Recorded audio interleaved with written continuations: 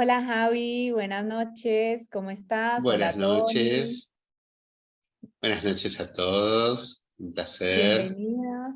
Muchas gracias a todos y a Buenas todas noches, bienvenidos. por estar acá presentes.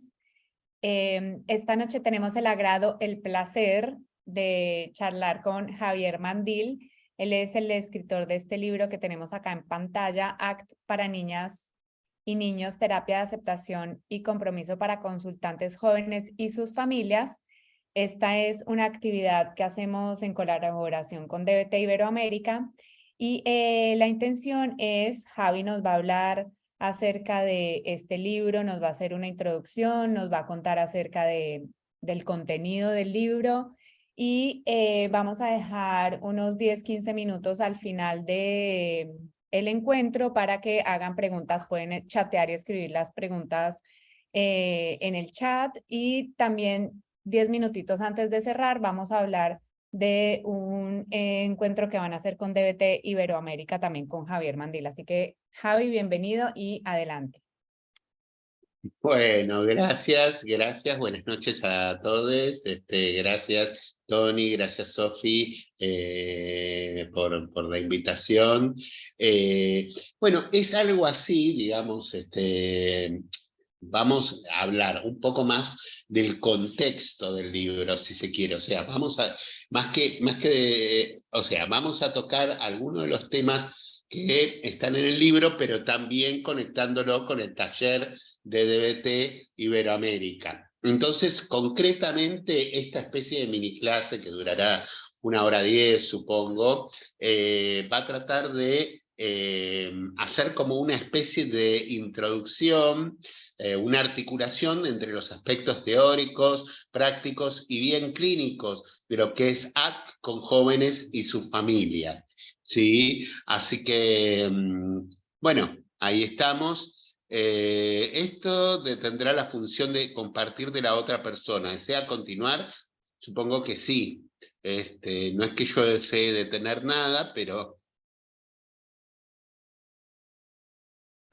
pero sí, de alguna manera necesita arrancar con esto. Bueno, les recomiendo que vayan, por lo acotado del tiempo, que vayan anotándose las preguntas que tengan para el final. La idea es dejar alrededor de 10 minutos, 15 minutos de preguntas, la que quiera, como quiera. Así que bueno. Ahí vamos, en realidad habla del libro, como dice Sofi, pero también del contexto, porque la pregunta era, ustedes saben que este es uno de los primeros libros sobre arte con niñas y niños del mundo. Hay otro que también obviamente vamos a recomendar, que es el de la doctora Tamar Black, ¿sí? Que ha sacado New Harbinger, que es la editorial típica de todo lo que tiene que ver con terapias contextuales anglosajonas, ¿sí? Es una especialista australiana, que ha salido exactamente 2 meses antes que el nuestro. O sea, ese fue un asunto de quién terminaba de imprimir el primero, ¿no? Así que realmente, bueno, creo que son dos libros que se complementan mucho. Act with Kids también lo voy a recomendar. Diría que ese tiene muchas cosas prácticas, el nuestro también de otra forma, pero algo que nos hemos preguntado en 3 horas era, bueno, ya que hay tan poca literatura con niños y niñas, si bien hay algunas investigaciones que dicen que es viable el tratamiento, ¿sí? En especial lo que tiene que ver con ansiedad y depresión, el tratamiento directo, ya vamos a ver en problemas de conducta, como siempre, el tratamiento está más dirigido a los padres, ¿sí? Pero ya que se ve que es viable trabajar en lo que serían problemáticas internalizantes, ansiedad, depresión, TOC, con niños en edad escolar, bueno, realmente qué adecuaciones habría que hacerle a, y para eso un poco lo que consideramos junto al equipo de 3 horas era que teníamos que ahondar bastante en la teoría de los marcos relacionales, en cómo, digamos, la complejidad y la diversidad creciente del repertorio relacional de acuerdo, digamos, a la edad evolutiva, se diría en psicología evolutiva tradicional. Desde la óptica conductual sería de acuerdo a las sucesivas oportunidades de interacción con la comunidad verbal que se van dando, cómo estos repertorios se van complejizando y cómo se complejizan nuestras herramientas en terapia. Entonces, por eso, bueno, nos fuimos, acá estaríamos abordando un poco el cómo y el qué. Ahora, el problema es el para qué, porque, por ejemplo, muchas veces especialistas en terapias más tradicionales, basadas en la evidencia, como la TCC, dice, bueno, pero ¿para qué otra terapia? Sí, sí, hay muchísimos estudios de la TCC de Kendall. Y algo que ya empiezan a plantear el grupo de Francisco Ruiz, Carmen Lociano, desde hace tiempo, cuando empezaron estas investigaciones hace 10 años, es que ya que ustedes saben que la terapia cognitiva comportamental, con todos sus logros, tiene más estudios de eficacia que estudios sobre la solidez de su teoría. No voy a entrar tanto en esto, pero es una terapia más bien clínica. Ustedes saben que Beck y Ellis eran más psicoanalistas norteamericanos que fueron armando una cosa un poco ecléctica entre el psicoanálisis de la época, la terapia conductual, adosándole algo de terminología, por un lado de la filosofía racional en el caso de Ellis, por el otro lado, en el caso de Beck, terminología de la terapia cognitiva, pero hay muchísima distancia con lo que es investigación aplicada, incluso en ciencia cognitiva. Entonces, digamos que la TCC es un avance excelente, es increíble lo que ha propiciado, la cantidad de investigaciones que tiene, pero realmente no se sustenta en un marco de base en ciencia aplicada. Con el correr de los años, ustedes saben que ha habido muchos avances en ciencia conductual, hay diversas perspectivas teóricas sobre la cognición y el lenguaje, y una de las que ha logrado más difusión, que no es la única, esto es importante saberlo, tenemos teorías interconductuales, tenemos teorías nominalistas dentro del conductismo, pero la que ha logrado muchísima más difusión e inclusive por ahora, más estudios en ciencia básica, ha sido la Relational Frame Theory, la teoría de los marcos relacionales, que vamos a hablar muy poquito de ella, ¿sí? Que es muy interesante también las aplicaciones que tiene, ¿sí? Eleonora, gente hermosa, si pueden, a ver, ¿contesto algo ahora o dejo para el final, Sofía? Al final hacemos preguntas-respuestas para que tú Si termines pueden, toda me la... encantaría contestarlas ahora en serio, ¿sí? Pero me gustaría que se las anoten, ¿sí? Para ordenarnos un Sí, poco, dado, digamos, el cronograma que tenemos, ¿sí? exacto. Sí. ¿Ok?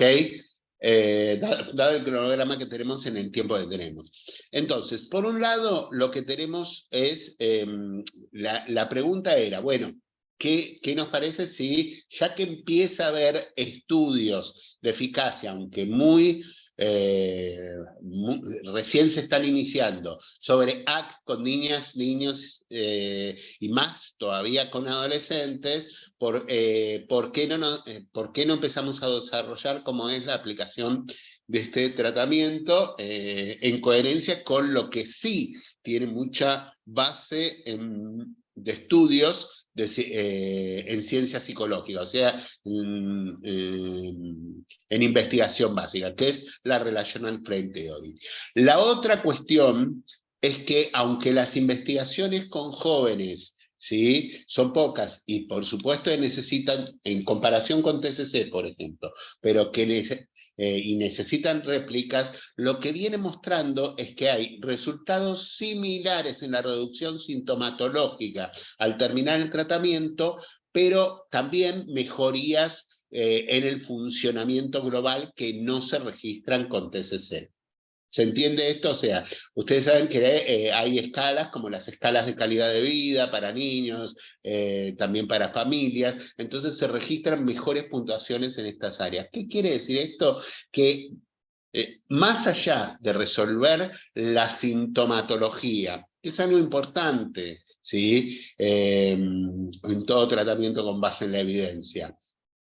¿Ok? Una cuestión es no abordar la reducción del malestar inmediata como estrategia, y otra cuestión es lo que logra ACT como cualquier tratamiento con base en la evidencia. Bueno, hay reducción de la sintomatología, esto es real, pero también hay mejorías en varias áreas del funcionamiento global, que tienen que ver con la sociabilización, inserción en el aprendizaje, también mayor involucramiento en actividades placenteras y que tienen que ver justamente con lo que son los protovalores o valores de cada niño o joven. Entonces, estos son los dos trípodes en el para qué. Proveer alternativas con creciente base en la evidencia, mucho sustento en ciencia básica, y que apuntan no solo a lograr mejorías sintomatológicas, sino a lograr sintomatología en el funcionamiento global, que como sabemos es un excelente contexto para que se mantengan y generalicen los resultados, ¿ok?, de los tratamientos. ¿De qué hablamos con la base en ciencia básica? Bueno, por un lado, procesos psicológicos con base empírica. Esto es quizás, o sea, lo podemos abordar más en el espacio de preguntas, pero cuando nosotros hablamos de esquemas, por ejemplo, en la teoría beckiana, son, digamos, procesos psicológicos que no tienen tanto sustento en la evidencia. Sí hay procesos básicos como los de la teoría del aprendizaje clásico y del aprendizaje operante, cuestiones como la asociación de estímulos, cuestiones como el incremento de la frecuencia y la intensidad de las conductas a partir de la toma de contacto con consecuencias reforzantes, y lo que aporta a, digamos, como las claves, llamamos a lo que aporta, perdón, RFT, que es cómo las claves contextuales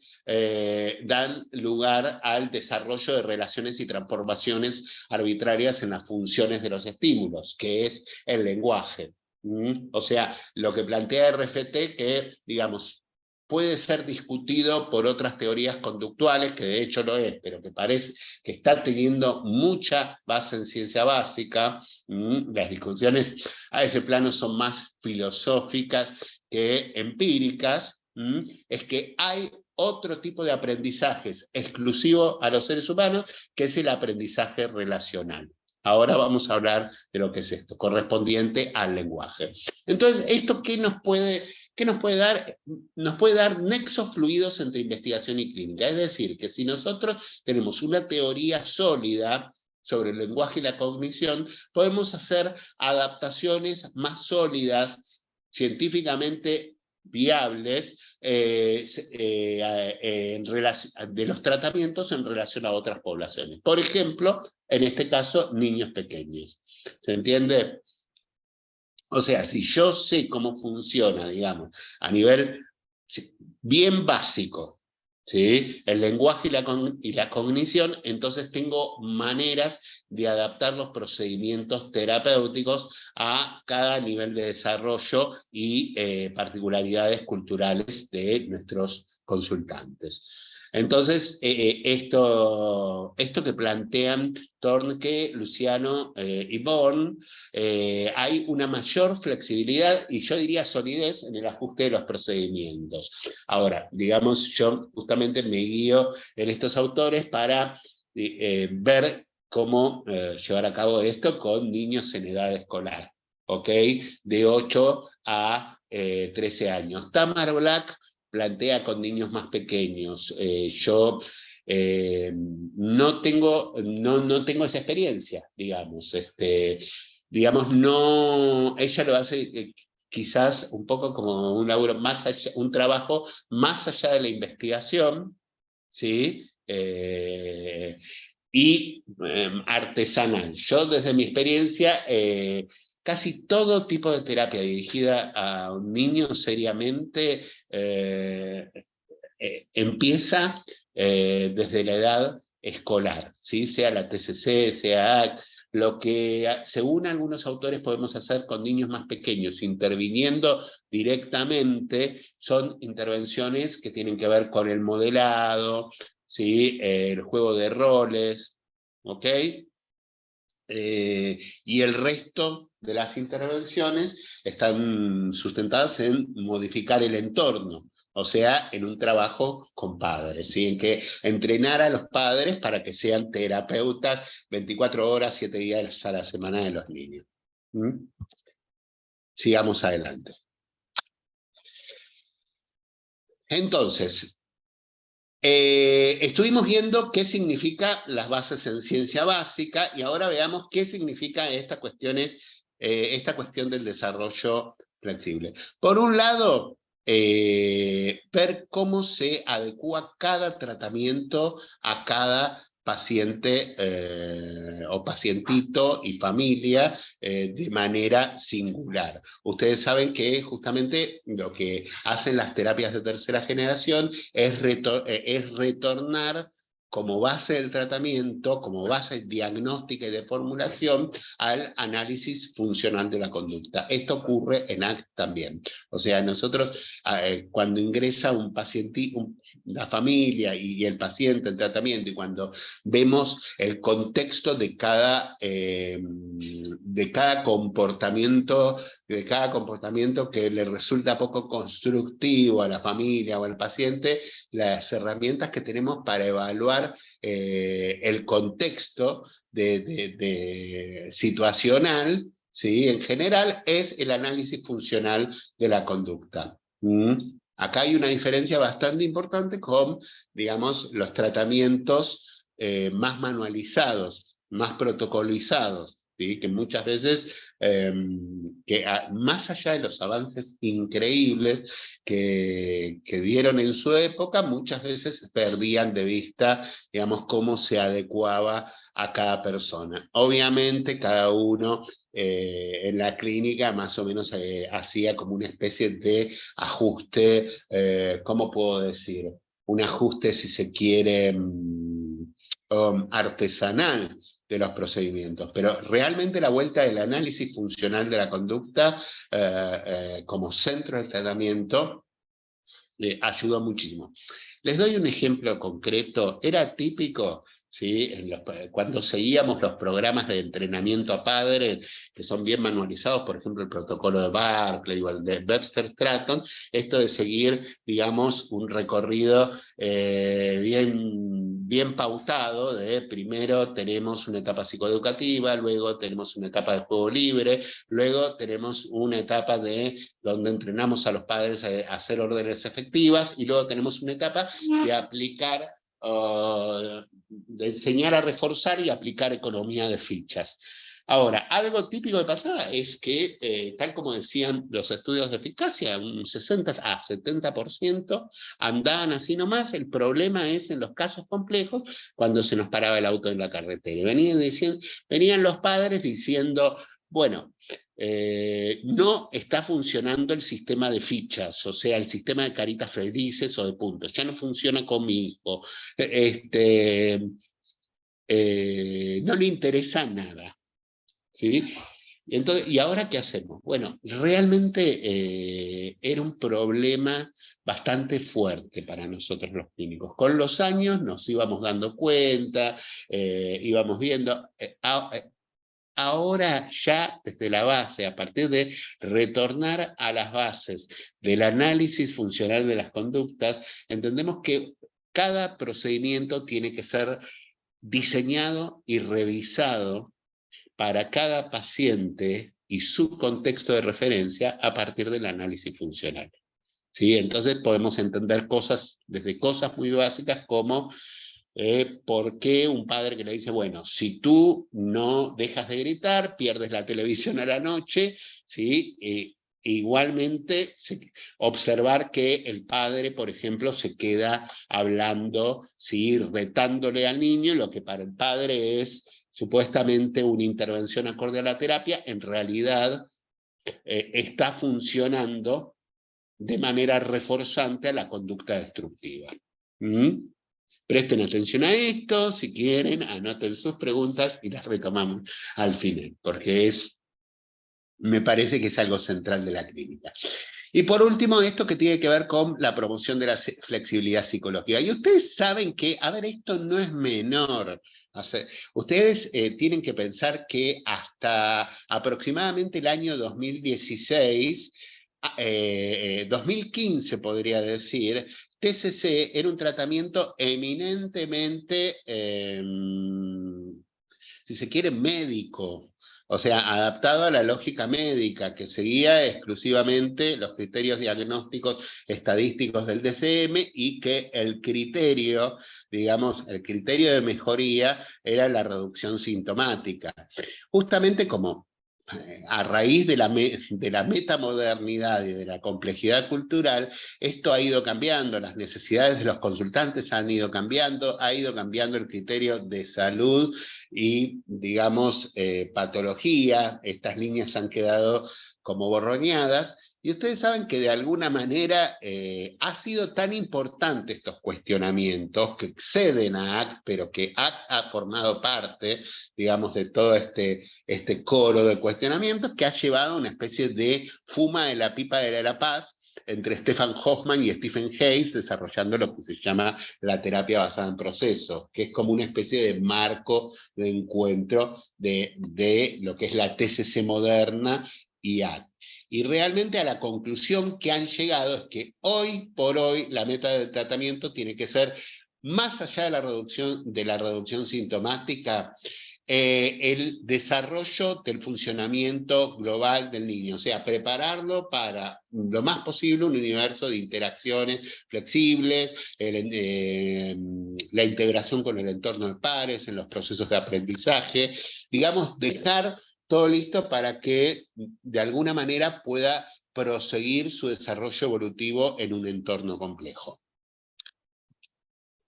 Entonces, esto lo vamos a revisar brevemente, pero ¿de qué hablamos cuando hablamos de teoría de los marcos relacionales? Voy a fijarme cómo estoy con el tiempo. ¿Vamos bien? Bien.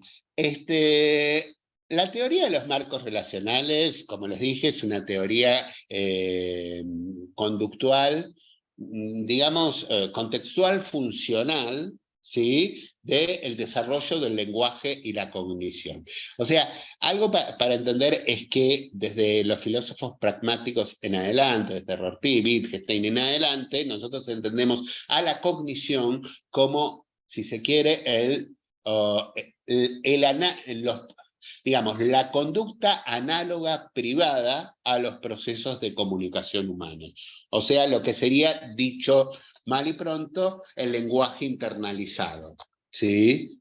Entonces, digamos, el pensar, el creer, el anticipar, son procesos lingüísticos privados que ocurren debajo de la piel. Ahora, el gran tema es cómo se va desarrollando, por un lado evolutivamente, desde que alguien es pequeño, y por otro lado, cómo se va desarrollando en cada paciente en contexto. Pues bien, lo que postula la Relational Frame Theory, la teoría de los marcos relacionales, es que hay un repertorio muy propio del ser humano, que es el enmarcar.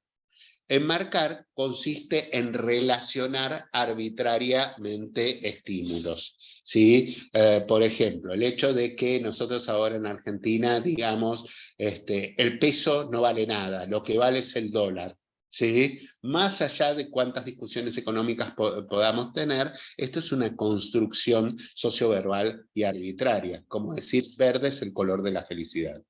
Ahora ya no ocurre tanto, pero cuando yo era más joven y iba a ingresar en la universidad, y le dije a mi abuelita que quería ser psicólogo, me decía, pero tú, ¿qué quieres hacer? ¿Por qué no eliges una carrera seria como médico, contador?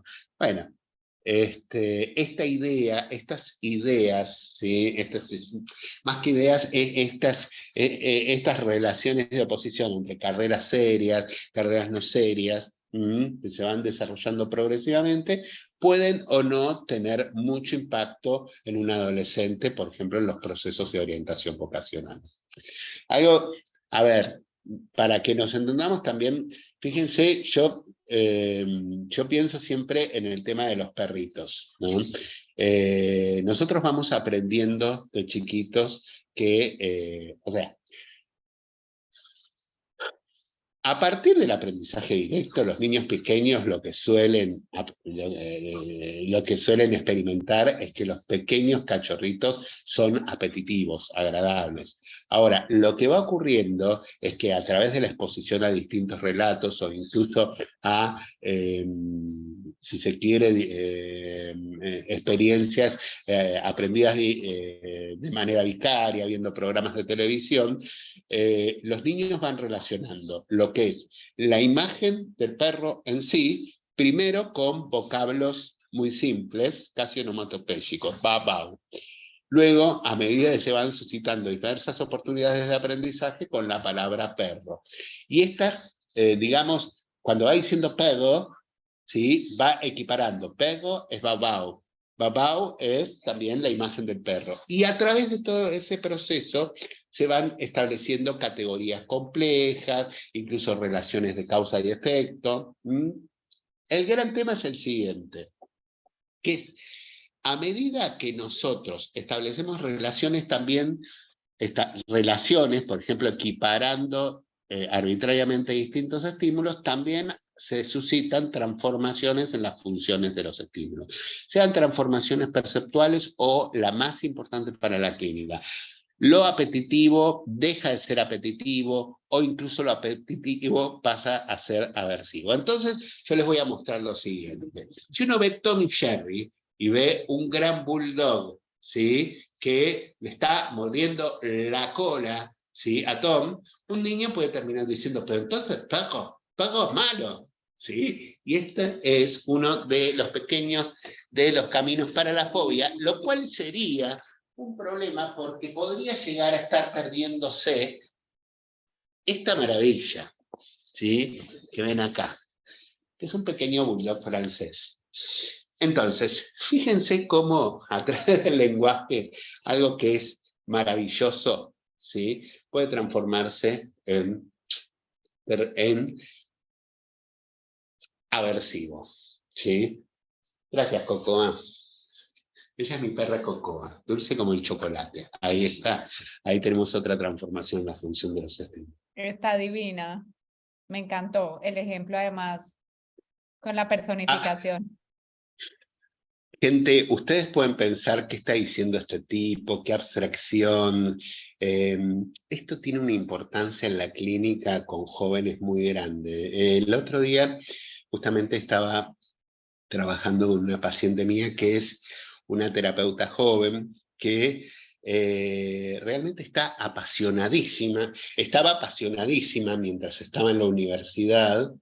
Tenía, a ver, muchas características obsesivas. Digamos que ella mejoró mucho de lo que sería un diagnóstico usual de TOC.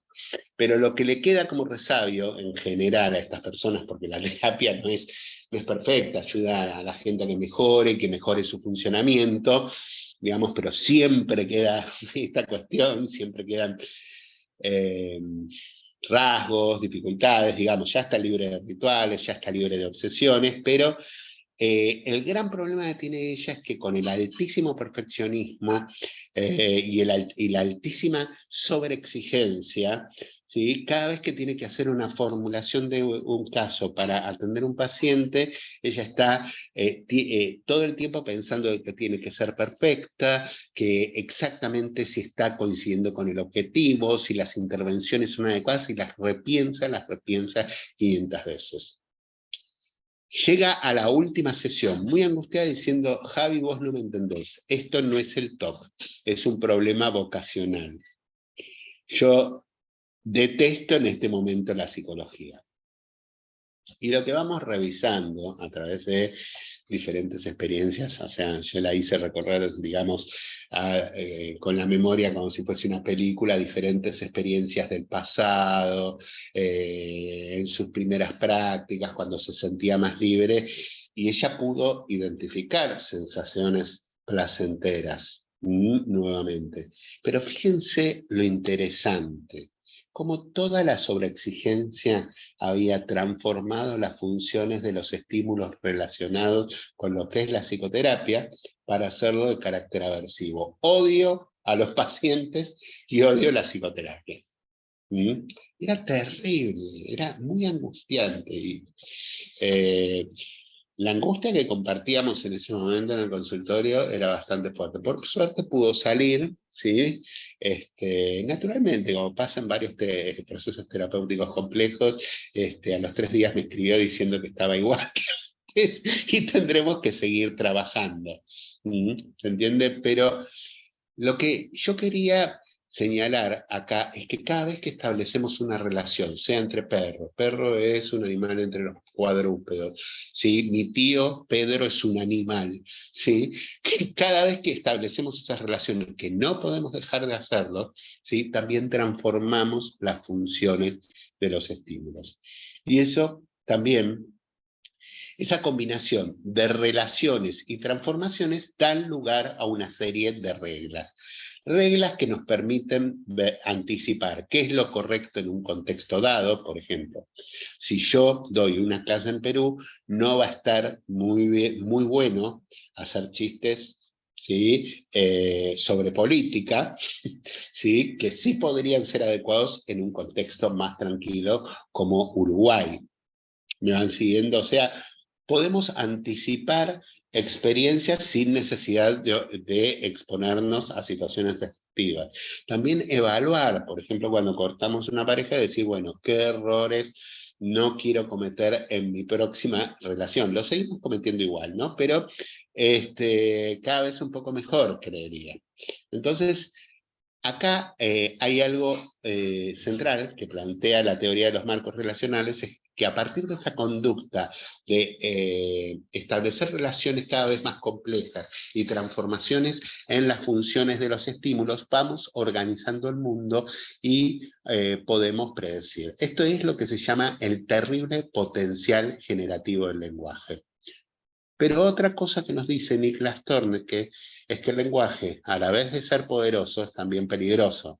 ¿Por qué? Porque no podemos controlar de manera exacta esta transformación en las funciones de los estímulos ni las relaciones que establecemos. Es esta cuestión, por ejemplo, que vemos en los adolescentes que van al gimnasio y dicen, bueno, cuando pueda tirar 100 de pecho, voy a ser genial, voy a ser bárbaro. Y de pronto ven al que está al lado, bueno, no tan adolescentes, te he visto también adolescentes de 50 y pico de años que están en la misma, ¿por qué no? Entonces, miran al de al lado, ¿no? Y decir, caramba, el de al lado tira 115, es decir, que soy un perdedor. ¿Me siguen? No podemos ni controlar las relaciones que establecemos, ni controlar del todo. Es un control solamente aproximado. Entonces siempre encontramos la forma, o siempre ocurre, tenemos altas chances de jorobarnos la vida. ¿Cómo lo dice? Digamos, hay tantas posibilidades en este establecimiento de relaciones y transformaciones, nos dice Niklas Tornke, que el lenguaje es una interfaz directa con el sufrimiento humano como universal. Y lo segundo, y con consecuencias más clínicas, porque este sería, como diría Freud, digamos, el malestar neurótico de la vida, ¿no? Pero lo que tiene consecuencias más patológicas es que estas reglas conductuales, ¿sí? Por ejemplo, relaciones de causa-efecto, esto de decir, bueno, si voy a dar una clase en Perú, eh, mejor no cuento chistes de política, o por ejemplo, si voy a la India, mejor no como comida con insectos, ¿sí? Esto es en Vietnam, perdón, si voy a Vietnam, no voy a comer insectos en la calle, ¿sí? O, por ejemplo, si voy a Mongolia y voy a una cena, bueno, puede ser que haga un provechito después de la cena, cosa que no haría en Colombia, no estaría bien en Colombia, ¿verdad, Sofi? No sería muy adecuado. Tampoco acá en Argentina. Esto que me permite anticipar también me lleva, ¿sí?, a realizar anticipaciones, a muchas veces realizar anticipaciones poco útiles,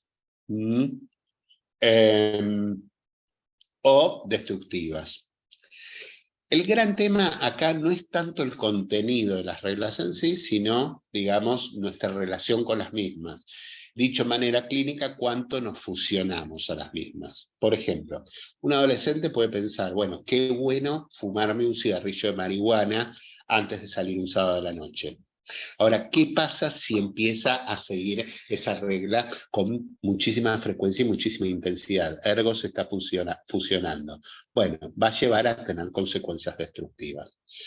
Entonces va a ir empobreciendo su repertorio vital. ¿Se entiende? Entonces, a esto va a que muchas veces los consultantes intentan solucionar sus problemas, sea regulando o evitando las experiencias dolorosas, que muchas veces son inevitables, o siguiendo reglas, las reglas que nos dan coherencia a nuestra identidad y a nuestra relación con el mundo de manera muy rígida. Entonces, justamente, ¿en qué consiste ACT? En analizar de manera repetida cómo se van desarrollando estos procesos, ¿sí?, de seguimiento de reglas, cómo estos procesos de seguimiento de reglas llevan a conductas de evitación o de control inadecuado, que también serían evitaciones experienciales, que podrían empobrecer el repertorio de los consultantes, y cómo tratar de redirigirlos hacia cuestiones más valiosas en su vida. Entonces, recapitulemos, ¿sí? El lenguaje y la cognición, de acuerdo a los teóricos de la Relational Frame Theory, es un medio exponencial de predicción y de gobierno del comportamiento humano. O sea, es lo que nos... Saber que no estaba bueno pegarle un palo por la cabeza a nuestro congénere para convivir en una cueva es lo que nos permitió vivir en sociedad. Y también de ahí lo que nos permitió proyectar, saber que cuando llueve y hay rayos en el horizonte, nos puede exponer a peligros, también fue útil para ese simio bipedestado que fue el humano primigenio. ¿Sí? Pero lamentablemente, ¿sí?, hay un lado oscuro en el lenguaje, que es que estas relaciones y transformaciones bidireccionales son poco controlables, es decir, no podemos controlarlo del todo, ¿sí? Si realmente lo que amamos va adquiriendo funciones aversivas, y si esto es útil para nosotros o no. Y lo otro es que las reglas que nos permiten comparar, anticipar, entender al otro, ¿sí?, también podemos llegar a seguirlas de manera muy rígida, ergo fusionarnos. Entonces, fíjense, Niklas Torneke plantea que si bien hay muchos modelos, modelos explicativos de nivel medio, quiere decir más cercanos a la clínica, para explicar qué es lo que hacemos en terapia, como por ejemplo el Exaflex, él dice que es interesante, en este punto, que podría ser muy interesante para adecuar los procedimientos, envolver a las bases de ciencia básica de qué consiste ACT. Entonces, fíjense, acá estarían los tres principios centrales. Esta es como la idea de Niklas Torneke, que es genial, que la fueron trabajando con Carmen Luciano y otros autores de este grupo, que es, si nosotros pusiésemos ACT bajo la óptica de la teoría relacional, la teoría de los marcos relacionales, como si fuese una cáscara de nuez, ¿sí?, en tres procesos, las tres cosas que hacemos en ACT, ¿cuáles serían?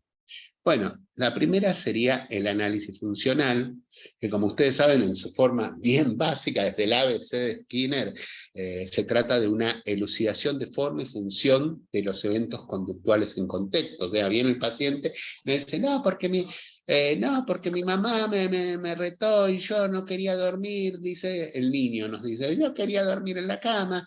Y decir, a ver, un segundo.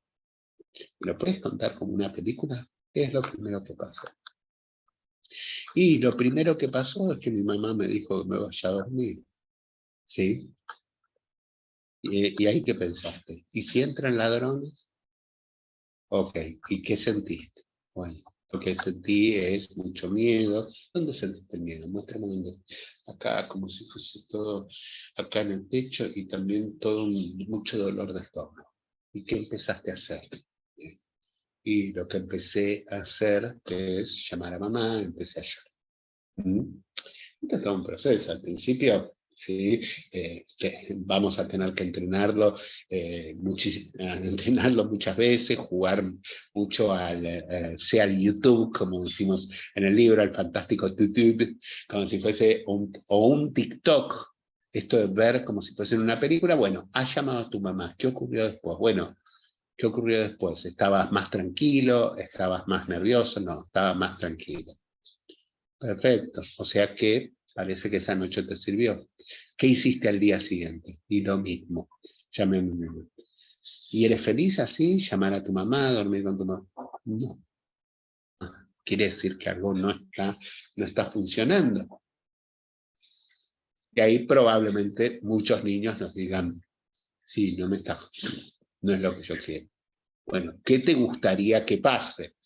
Y ahí saltaríamos a un tercer proceso central, si me permiten, saltar directamente la conversación misma, me llevó a saltar a lo que se llama el redireccionamiento en relación a cualidades, que dicho en lenguaje bien RFT, es la especificación de funciones lingüísticas apetitivas. ¿Qué quiere decir esto? Hacer a través del lenguaje, tratar de, por un lado, discriminar qué sería reforzante para el paciente y por otro lado, a fines terapéuticos, amplificarlo.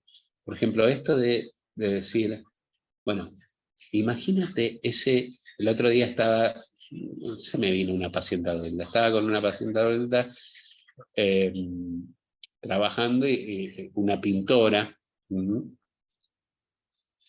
muy talentosa, y que estaba en ella tenía mucho miedo a ser evaluada, esta cuestión de, bueno, prefiero no contar tanto detalle, pero mucho miedo a ser evaluada.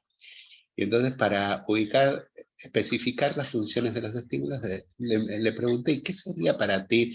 eh, ella vive en Nueva York, ¿no? Entonces habla un poco de inglés, un poco de castellano. ¿Qué sería para ti ese momento sublime de la creación? ¿Qué es lo que buscas? Y le digo algo muy típico de ACT que, en inglés, que es, ¿qué sería para ti ese sweet spot? ¿Sí? Ese punto dulce, ¿no? A dónde que esa experiencia sublime. Y para mí es justamente esto de, como dice Paul Klee, hacer visible lo invisible. Y ese momento en que uno puede volcar lo que uno tiene en la cabeza en la hoja. Ok, si le pusiésemos una palabra, ¿cómo lo llamaría? Y es la visión, lo llamaría. Entonces esto es lo que sería la especificación de cualidades valiosas en un adulto, ¿sí? Um, en el caso de esta paciente adulta sería la capacidad de poder volcar la visión. El artista sería alguien que comparte su visión, compartir la visión. Esto es un valor importante. Ahora está el tema de cómo los vamos compartiendo en distintas, si se quiere, momentos evolutivos. Y algo que plantean Coa Whittingham y Lisa Coyne es que en realidad hay una progresión que se va desarrollando entre lo que son las preferencias de un niño. A mí me gusta, digamos, la naturaleza, a mí me gustan las peleas, a mí me gusta el deporte, versus lo que serían los protovalores, que son apetitivos. A ver, los valores en sí son apetitivos construidos de manera lingüística, abstractos, globales, que orientan formas de desarrollo. En los niños en edad escolar adquieren características más concretas. Whittingham lo que dice es que son más bien protovalores. Las cuestiones de que más que ir a abstracciones van a generalidades, o sea, tienen características globales, pero bastante más concretas. Y todavía dependen mucho del seguimiento de reglas, sean familiares o escolares. Por ejemplo, portarme bien, ser independiente, ¿sí? Entonces, esto, con un niño, esto de, bueno, ser más grande, ser valiente, ser independiente, que hay muchos pacientes. Entonces, yo recuerdo un pacientito que su familia pertenecía a la cultura gitana, y él decía, yo quiero ser valiente y grande, ¿no? Imagínense que, bueno, en esta cultura, digamos, todos estos valores son comunes a un chico. Yo quiero ser bien hombre y bien grande. Y está bien, nosotros, digamos, no estamos para cuestionar para nada los valores siempre que no sean destructivos, ¿sí? Si a este niño lo conducen a desarrollos útiles para él, fantástico. Entonces, acá tenemos este punto. Por un lado, hacemos el análisis funcional, por otro lado, reorientamos el paciente en relación a otros apetitivos que tienen que ver más con un desarrollo constructivo, y si quieren, por último, en el medio de este sándwich o de este emparedado, o digamos en otro punto de lo que sería este triángulo de intervenciones, las diferentes procedimientos de observación en perspectiva, sea la aceptación, ¿sí?, de las emociones dolorosas y de las experiencias psicológicas dolorosas, ya en el hecho, cuando estamos cultivando aceptación, lo que estamos es favoreciendo otro tipo de observación y también transformando las funciones de los estímulos en terapia. O sea, ya estamos diciendo de alguna manera, bueno, estamos transformando el contacto con la tristeza en una experiencia de aprendizaje. O sea, lo que era pisar popó de perro con el pie desnudo a la mañana también se transforma en una experiencia de aprendizaje. ¿Me van siguiendo? Bien. También los distintos niveles de observación en perspectiva, sea, por ejemplo,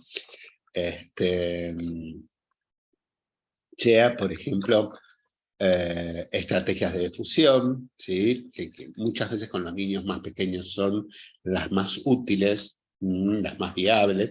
Por ejemplo, cuando empiezan a decirse cosas, a tener pensamientos que favorecen solamente quedarse enganchado en el enojo, decirlos con la voz del Pato Donald, ¿sí? Por ejemplo, y hay la cuestión con la difusión es básicamente tratar de establecer un contexto de observación en perspectiva bastante simple. Yo estoy aquí y mis pensamientos están acá. Y luego diferentes, si se quiere, procedimientos cada vez más complejos, como el mindfulness, que incluye no solo el establecimiento de una perspectiva, sino también la observación desapegada de juicios y valoraciones. Y por último, lo que sería yo contexto, que es identificar algún tipo de identidad como observador de la experiencia. Con los niños muchas veces decimos, tú eres, más allá de lo que pienses, eres la persona capaz de ponerse anteojos. O una metáfora que usamos mucho en el libro, el Buda que observa. O sea, a veces te puedes sentir bien, te puedes sentir el bueno, el malo, el héroe, la hormiguita, pero siempre puede ser el Buda que observa. O sea, quién y el que está mirando la experiencia aquí ahora. Tú estás acá, la experiencia estás allá. Entonces, la alternancia entre estos procedimientos, tanto con el niño como con los padres, de investigación, observación y valoración, ¿sí?, se va articulando en diferentes triángulos. ¿Sí? Acá hay un ejemplo que está que está en el libro, Más que nada, acá se ve con la mamá de una niña con ansiedad por separación, que es algo muy común, ¿sí? Que muchas veces, aunque los padres saben, aunque los padres saben que lo que tienen que hacer, muchas veces hay emociones, se fusionan ciertas emociones de pensamientos que los paralizan. Es muy común esta sensación de me voy a volver loca, no puedo tolerar que mi hija sufra. Entonces, ir a través del análisis funcional observando cómo y de qué manera se fusionan estas experiencias, ¿sí? Y de qué manera las evita. O sea, al principio resiste, resiste, después va a dormir con su hija en la cama, ¿sí? Lo cual favorece la evitación y el reaseguro. ¿Ok? Entonces, justamente, ¿qué le podemos dar a esta madre desde ACT? Por un lado, la capacidad de observar una y otra vez estas experiencias y reconocerlas como algo viejo, como dicen Porky y Schoendorf, como un gancho viejo, ¿sí? Como si fuese un clavo viejo en el que te enganchas una y otra vez. Después, otras estrategias de observación en perspectiva, no para eliminar el dolor, sino para poder observar mejor y transformar esa experiencia dolorosa en una experiencia de aprendizaje, para, digamos, catalizar el aprendizaje. Y por último, digamos, cómo exponernos cada vez más a eso que, por un lado, nos duele, pero por otro lado puede enriquecer nuestra vida. Bueno, aquí justamente es esto que les decía de conectar una y otra vez a los pacientes a ese sweet spot, a esa experiencia reforzante, también lingüísticamente construida, pero muy individual, que orienta lo que más importa en la vida, lo que sería el significado, el sentido. Sea en niños, en adolescentes, en adultos. Bueno, en el libro nosotros en una formulación del caso a través de estos triángulos lo que hacen es justamente graficar la relación en la consulta de estas tres operaciones que señalamos.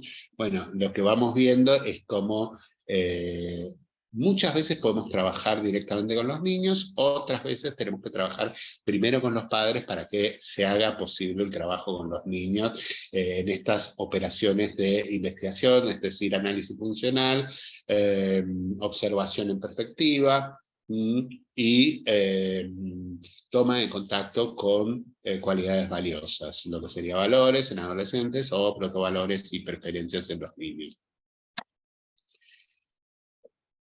Finalmente, para ir cerrando, yo quisiera dar como, decir, bueno, a ver, y todo este viaje esotérico de este hombre por la ciencia del lenguaje, la ciencia conductual del lenguaje, por las complejidades de la clínica y de la metodología, ¿cómo se traduce en algunas, digamos, en algunos lineamientos concretos sobre lo que sería ACT, tanto con madres y padres, luego con adolescentes, que es un tema que también, bueno, que abordamos con Paula José Quintero y Fabi Maero en un libro muy lindo que queremos mucho, que es ACT con adolescentes, también distribuido por 3 olas, claro que sí. ¿Cuáles serían los vectores? ¿Sí? A ver, cuando trabajamos con los padres, por un lado, vamos a tratar de cultivar la aceptación hacia sus propias emociones dolorosas, incluso contradictorias. O sea, el hecho de que uno a veces tenga ganas de hacer lanzamiento de niño, no sé si en los países de ustedes pasa, ¿no? Pero muchas veces hay un solo condado en el mundo donde se lleva al acto esto, que es en Texas. A veces lanzan los niños y los enanos en los toreos. No, mentira. Pero digo, esta sensación que tienen muchas veces los padres de basta, te voy a lanzar por la ventana, no te soporto más. Pero también poder entender que una cosa es amar a un niño, un compromiso constante, y en ciertos momentos no tolerarlo más. ¿Entiendes? Entonces poder tomar contacto con las emociones dolorosas como un indicador, abrirse con curiosidad. Y esto favorece también tomar contacto con las expresiones emocionales dolorosas de los niños. ¿sí? El hecho de que un niño grite, berrinchee, ¿sí? O sea, no es realmente agradable, pero sí puede ser una experiencia de aprendizaje. ¿Mm?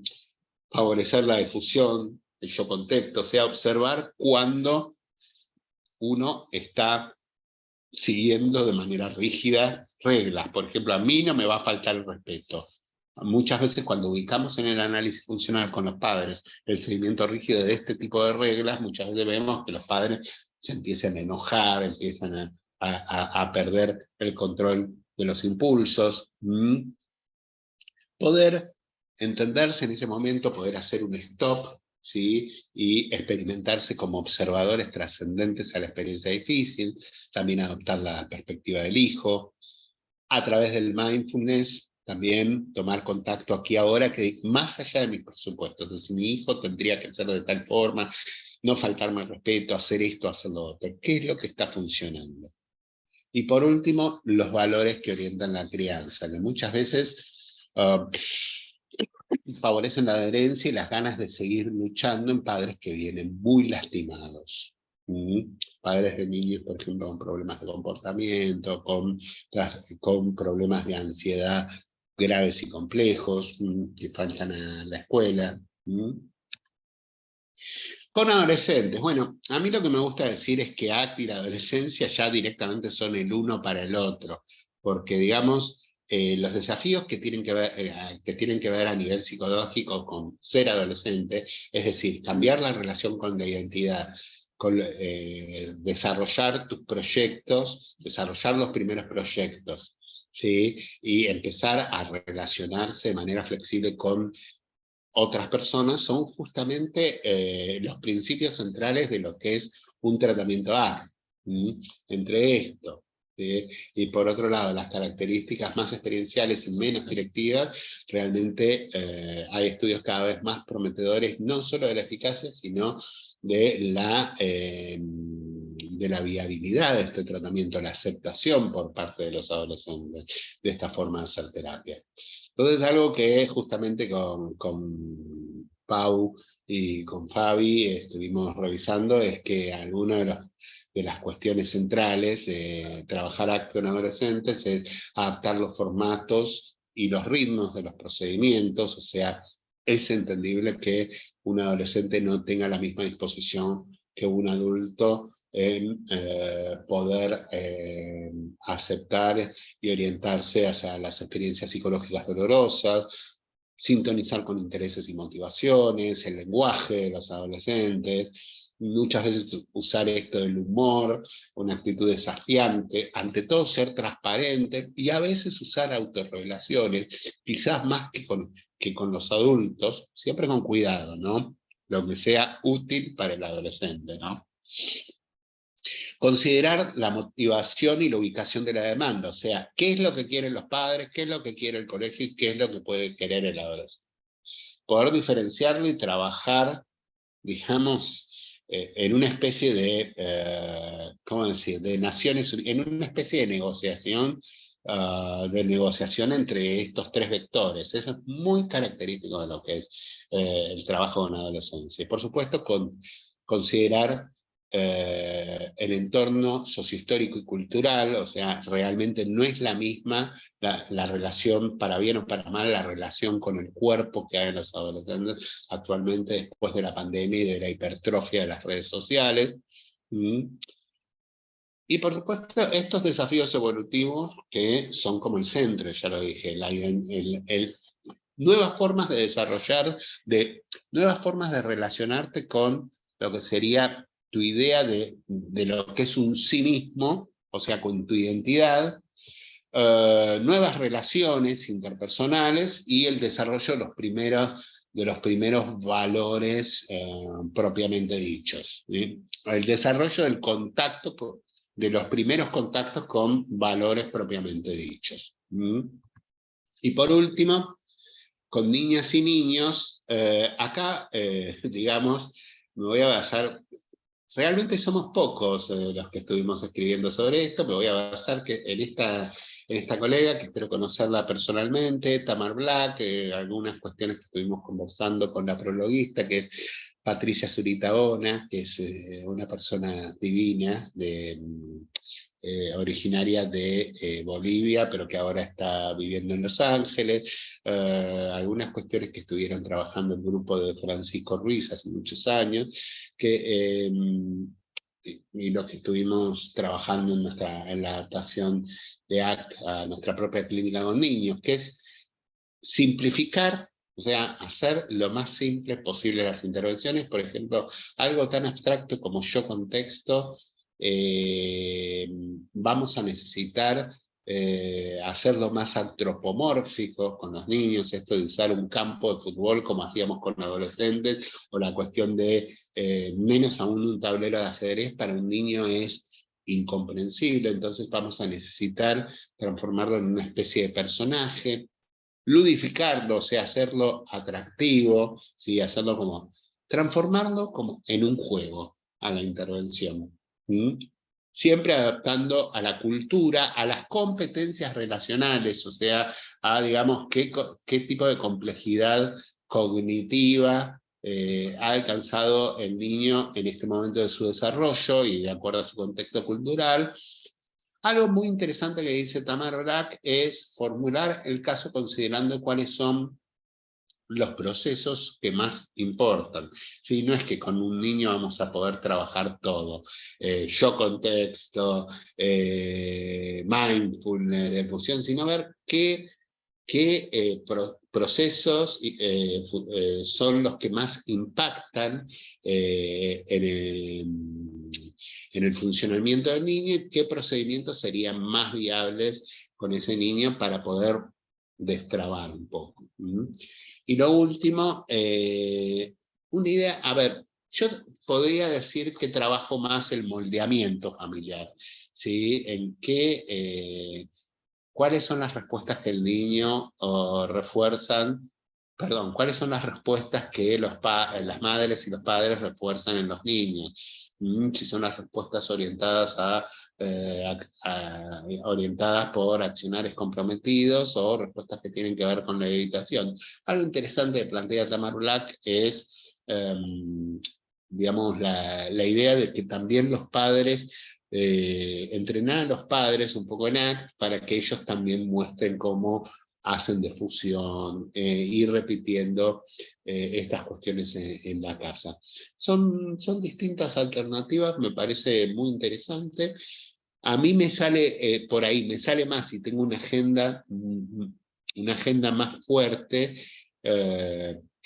como muchas veces en el análisis funcional, nosotros vemos que los padres hacen lo mejor que pueden, pero entre las presiones del mundo metamoderno, las carencias y los propios temores ante la crianza de un hijo, muchas veces los padres tienden eh, a evitar las experiencias dolorosas. Y es muy contraintuitivo, ¿no? Tratar de plantear que a veces el niño necesita enfrentar situaciones dolorosas como parte del crecimiento. Ya digo, porque realmente no es esto para el cual traemos chicos al mundo, pero muchas veces es quizás el corazón paradojal en el cual se desenvuelve la dialéctica que hace la psicoterapia infantil. Ahora sí, bueno, los dejo para que hagan preguntas y para unos mensajes parroquiales de Sofi. Javi, muchas gracias por este contenido tan poderoso que nos acabas de dar en este espacio. ¿Te parece si pasamos a las preguntas y después hacemos la cuña Por publicitaria del favor, taller en DBT? Bueno, acá Erika adelante. Gutiérrez dice, la segunda ola buscan cambios de primer orden, las contextuales buscan cambios de primero y segundo orden. Su comentario. ¿Cómo? De nuevo. Erika Gutiérrez. Erika Gutiérrez hace dos comentarios. La segunda ola buscan cambios de primer orden. Las contextuales buscan cambios de primero y segundo orden. Pero ahí me parece que hay una especie de entrecruzamiento. ¿Podemos ponerla a Erika en la pantalla? Me parece que hay un entrecruzamiento teórico un poco Vamos a ver, Erika, ¿en dónde estará? Te hago entonces las dos preguntas y la ponemos a Erika, porque ella después hizo también otro comentario que dice A en ver, algo yo que... quisiera, no, no, entonces vamos a hacer lo siguiente, Sí. no la vamos a poner a Erika, a ver, a menos que ella quiera después, pero me parece, si yo entiendo bien, la idea de cambio de primer orden y cambio de segundo orden proviene de las terapias más sistémicas, ¿sí? Aquí habría una idea de que muchas veces de que los cambios que tienden a un equilibrio previo desde la epistemología sistémica son ciertos cambios conductuales que solamente conducen a restaurar un equilibrio previo y entonces en algunos casos no serían un verdadero cambio, serían un cambio, si se quiere, algo así como un termostato, ¿sí? Desde la teoría sistémica. Acá hay dos cosas. Primero, y que el cambio de segundo orden es como directamente modificar fuertemente los parámetros del sistema para que vayamos a, si se quiere, un cambio cualitativamente diferente. Yo lo primero que, porque me he formado en sistémica también, y me ha resultado fácil, si se quiere, todo sirve, ¿sí? Para entender algunos planteos contextuales. Mi recorrido ha sido sistémica, primero psicoanálisis en la facultad, luego sistémica, luego cognitiva y luego contextuales, ¿sí? Con lo cual, bueno, realmente me ha dado cierta apertura, lo único es que me dejó completamente loco y nadie más me invita a las fiestas por temor a lo que pueda decir. Pero, no, lo que te puedo decir, Erika, es que cuidado con esto. Cambio de primer orden primero son conceptos que vienen desde la sistémica. Segundo, muchas veces tú necesitas en ciertas situaciones clínicas restablecer equilibrios. Por ejemplo, en una familia donde hay un psicótico, se sabe hoy, ¿sí? A pesar de lo que pensaban autores como Palazzoli, hoy casi cualquier sistémico que más o menos no ha viajado en ovni te diría que hay que tratar de restablecer el equilibrio por lo menos hasta que la medicación haga efecto. Entonces ahí un cambio de primer orden es útil, ¿sí? Porque el exceso de emoción expresada está, por ejemplo, de gritos, de caos, está estipulado que lo que hace es aumentar la frecuencia de los brotes psicóticos, lo cual es deteriorante. Entonces, cuidado, porque cambio de primer orden y de segundo orden no son cuestiones valorativas.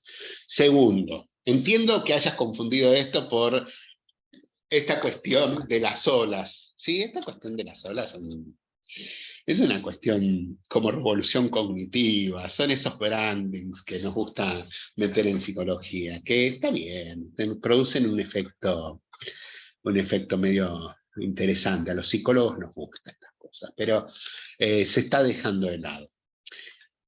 Todas las terapias, sí, a ver, yo te diría que todas son muy útiles. Lo que va ocurriendo, y son aportes increíbles, e incluso desde mi perspectiva, por ejemplo, un entrenamiento a padres sin complejidades tranquilamente se podría hacer desde las terapias de primera generación, como se dice, desde el conductismo más básico, y estaría bárbaro. El ABA, por ejemplo, que es un tratamiento con más base de la evidencia para trabajar con niños autistas, es genial. Sí, tiene unos estudios increíbles. Después, a ver, hay pacientes que no quieren revisar sus valores, que lo que quieren es un alivio sintomático rápido de lo que sería su pánico, el trastorno de ansiedad por ataque de pánico, una fobia social o incluso un episodio depresivo mayor sin antecedentes, y tranquilamente puede ir a una TCC, ¿sí? Y tener cambios realmente importantes. Ahora, hay personas, ¿para qué es útil ACT? Y para personas justamente que quieren algo más de la terapia, ¿sí? Más allá de resolver, si se quiere aumentar o bajar la cantidad de síntomas, reordenar un poco su relación consigo mismo, con el entorno y con sus proyectos de vida. ¿Mm? De hecho, Eh, Javi, perdón que te interrumpa, acá está Erika escribiendo respecto, porque ella fue la primera que hizo las preguntas a las 8, oyó toda la charla, y acá ya dice, entiendo, los terapeutas contextuales manejamos esta terminología. O sea, está como acotando un poco a la conversación que estás teniendo respecto a la primera pregunta. Y dice, hola, con cambios de segundo orden son relacionados con temas más complejos de compasión, aceptación, compromiso. ¿Usan esa terminología de cambios de segundo orden? No me jodan. ¿Se está usando? ¿En qué Los texto? cambios de segundo orden son relacionados con temas más complejos de compasión, aceptación, compromiso. ¿Qué autor utiliza eso? Sé que es un término sistemático, pero no relacional. Si están usando, a ver, yo no lo he leído, no lo he leído en ninguno, la idea de cambios de primer orden y de segundo orden en ningún autor de ACT. De Compassion he leído poco, de DBT he leído algo más, de FAP he leído algo. Nunca he visto que se use esa idea de cambio de primer orden y de segundo orden. Y si lo hacen, espero que lo hagan haciendo las referencias y las diferencias con autores como Paul Watzlawick, porque suenan muy fuertes, suena muy fuerte. ¿Quieres que pasemos a otra de las preguntas? Dale, Porque dale, hay dale. varias, así le damos lugar a todos. Desde la postura de las psicoterapias contextuales, ¿cuál es el veredicto u opinión de usted sobre la llamada crianza respetuosa? Gracias. ¡Oh! Eh, a ver, por un lado no tiene base en la evidencia. ¿Sí? No tiene base en la evidencia. A ver, que no tenga base en la evidencia, no tenga estudios de eficacia o tenga muy pocos, ¿sí? No quiere decir que yo pueda decir desde un lugar de autoridad suprema que no funcione. Simplemente que no tenemos base para recomendarla. Eh, Debe haber cosas que están buenas, pero dado que hace aseveraciones muy fuertes, que contrastan, que discuten principios muy básicos del conductismo, ¿sí? Y tiene una comprensión, diría, lo poco que he leído, parece tener una comprensión un poco errada de lo que son los programas de orientación a padres tradicionales que suelen combinarse con ACT, especialmente la PCIT. Yo diría tener mucha cautela, por lo menos desde mi perspectiva. ¿Se entiende? Poca base en la evidencia, críticas no del todo fundadas o fundadas en una pésima comprensión de lo que es el análisis funcional de la conducta y el conductismo aplicado a la orientación a padres. Eso, no, desde mi perspectiva no.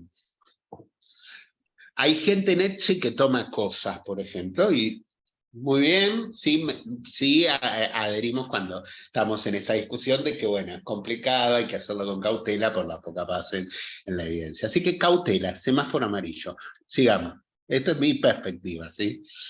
Bien, y tenemos una última pregunta de Eduardo Adrián Rodríguez Vargas. Buenas noches, muy buena exposición. Quería preguntar, ¿qué es el principio de normalidad destructiva? Ya, esa es la pregunta. Perdón, me estaba mirando. El principio de normalidad destructiva consiste en que es una deconstrucción de la idea de salud mental. ¿Mm? O sea, la idea de que podemos, primero la idea de que podemos llegar a estar saludables y más que nada libres de todo síntoma. Esto es completamente cuestionable en la metamodernidad. Nada más ver los diarios, ver a nuestros políticos, ver...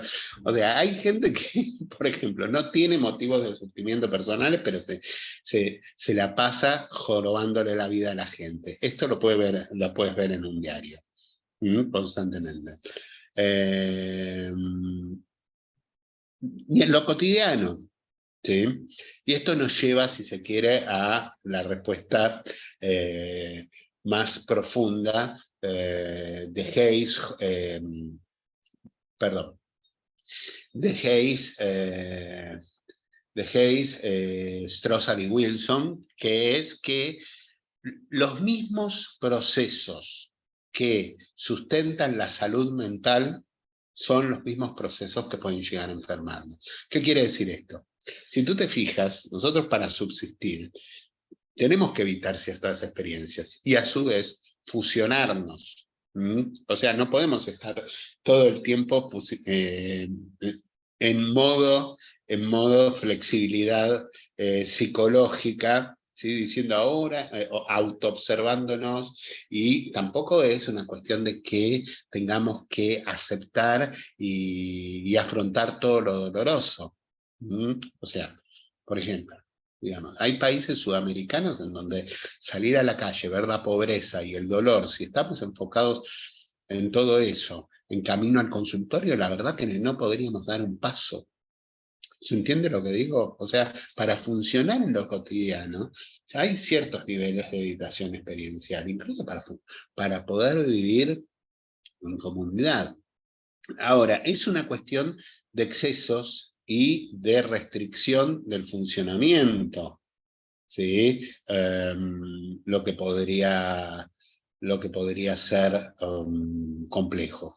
¿Sí? Si yo, digamos, si yo me fusiono y actúo en coordinación de manera muy rígida en relación a reglas, y tengo una vida completamente alejada de aquello que para mí es valioso, y ahí tengo problemas. Por ejemplo, ¿sí? Si yo hubiese hecho caso a mi abuelita, y para contestar a mi abuelita, que hay mucha gente, hubiese seguido contabilidad, probablemente hoy sería un contador muy malo, porque a mí los números se me dan para el traste.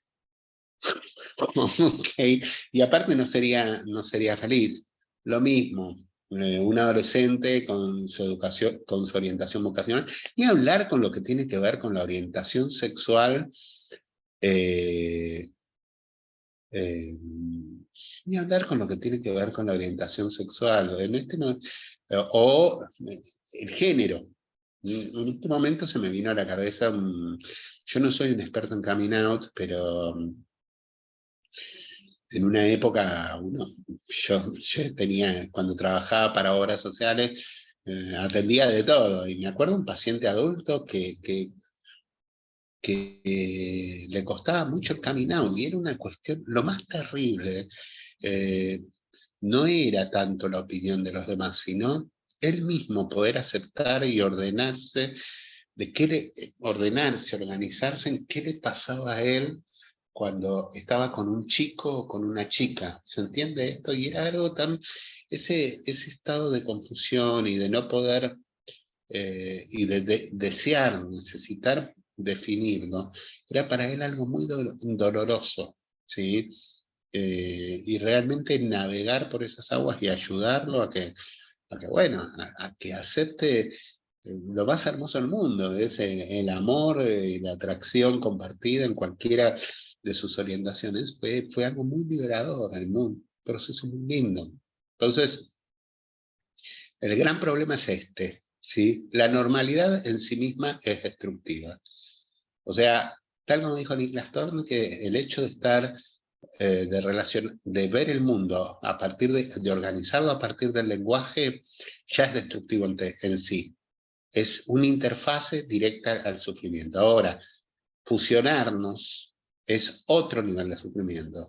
Nos da lugar a un nivel de sufrimiento sucio. Si nos fusionamos, solemos querer controlar lo incontrolable o evitar lo inevitable, y eso nos empobrece. Es ya otro nivel, yo diría que es un nivel de rigidez destructiva, no de normalidad destructiva. La destrucción es como, el universo tiende a la entropía. Esto es así. Nuestra conexión, nuestro ser, a partir del lenguaje, nos hace estar bañados en sufrimiento. Ahora, digamos, hay formas más y menos destructivas de poder desarrollarnos con flexibilidad y conectarnos con nosotros. Espero haber sido claro.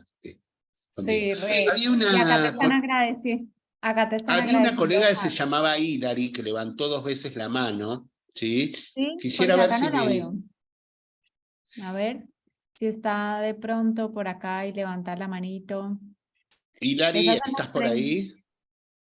esas eran las preguntas que teníamos acá escritas. Mientras tanto, si alguien levanta la manito, bueno, voy a hacer la cuña así como dijo Javi. Bueno, el libro de Javier Mandil lo pueden encontrar en nuestra página www.3solasediciones.com. Acá está en dólares, en pesos, pero se vende también en dólares claramente. Envíos a casi todas partes del mundo. Lo pueden conseguir acá en nuestra página, y también está el otro libro del que Javi habló, que escribió con Paula José y Javier, Paula y José Fabián Quintero y Maero. Fabián Maero. Fabián Mareo, ACT para adolescentes. Acá también lo pueden conseguir, está también acá en nuestra página web. Y después, Javi, así 2 minutitos para invitarlos al taller de ACT con niñas, niños y familias que se da en DBT Iberoamérica. 2 ¿Qué minutos, una podemos decir? Que publicidad. va a ser esto, pero más y más y más, y con más respuestas a sus preguntas, y con ejercicios experienciales, y con técnicas para hacer que sus niños se diviertan, y que ustedes sean casi tan apetitivos, casi, como una Casi. PlayStation o un Nintendo Switch. ¿Ok? Mamá, llévame al psicoterapeuta, llévame al pinche psicólogo, porfa. Mentira, Bueno, tanto no, pero sí, pero casi. Vamos a llegar así, o casi, sea, mejor casi, dicho, casi, vamos a se eso. van a, se van a divertir con Fabi seguro, van a aprender mucho. El 8 de septiembre, el 9 de septiembre, acá pueden encontrar toda la información en la página de DBT Iberoamérica. Y agradecemos a todos, a todas. Mariana Cornago te dice, Javi, muchas gracias, siempre se aprende algo escuchándote. Estoy de Gracias. acuerdo con Mariana, con Eduardo, con Erika y con todos los que participaron en este encuentro. Gaby, Fabi, mira, Javi, muchas Eh, millones. Muchas Dice veces Fabi, nos confunden, en especial por la barba, lo rubio, sí, no, y lo sí. lindos que somos. Y lo Nada, lindos que son los dos, estoy totalmente de acuerdo. Muchas gracias. estas son las cosas que decimos cuando tomamos unos tequila con Maero. Por suerte no hay mucha gente escuchando. Oye, pero la próxima nos Tony, invitas. ¿cómo estás, Tony? Muy bien, muy bien.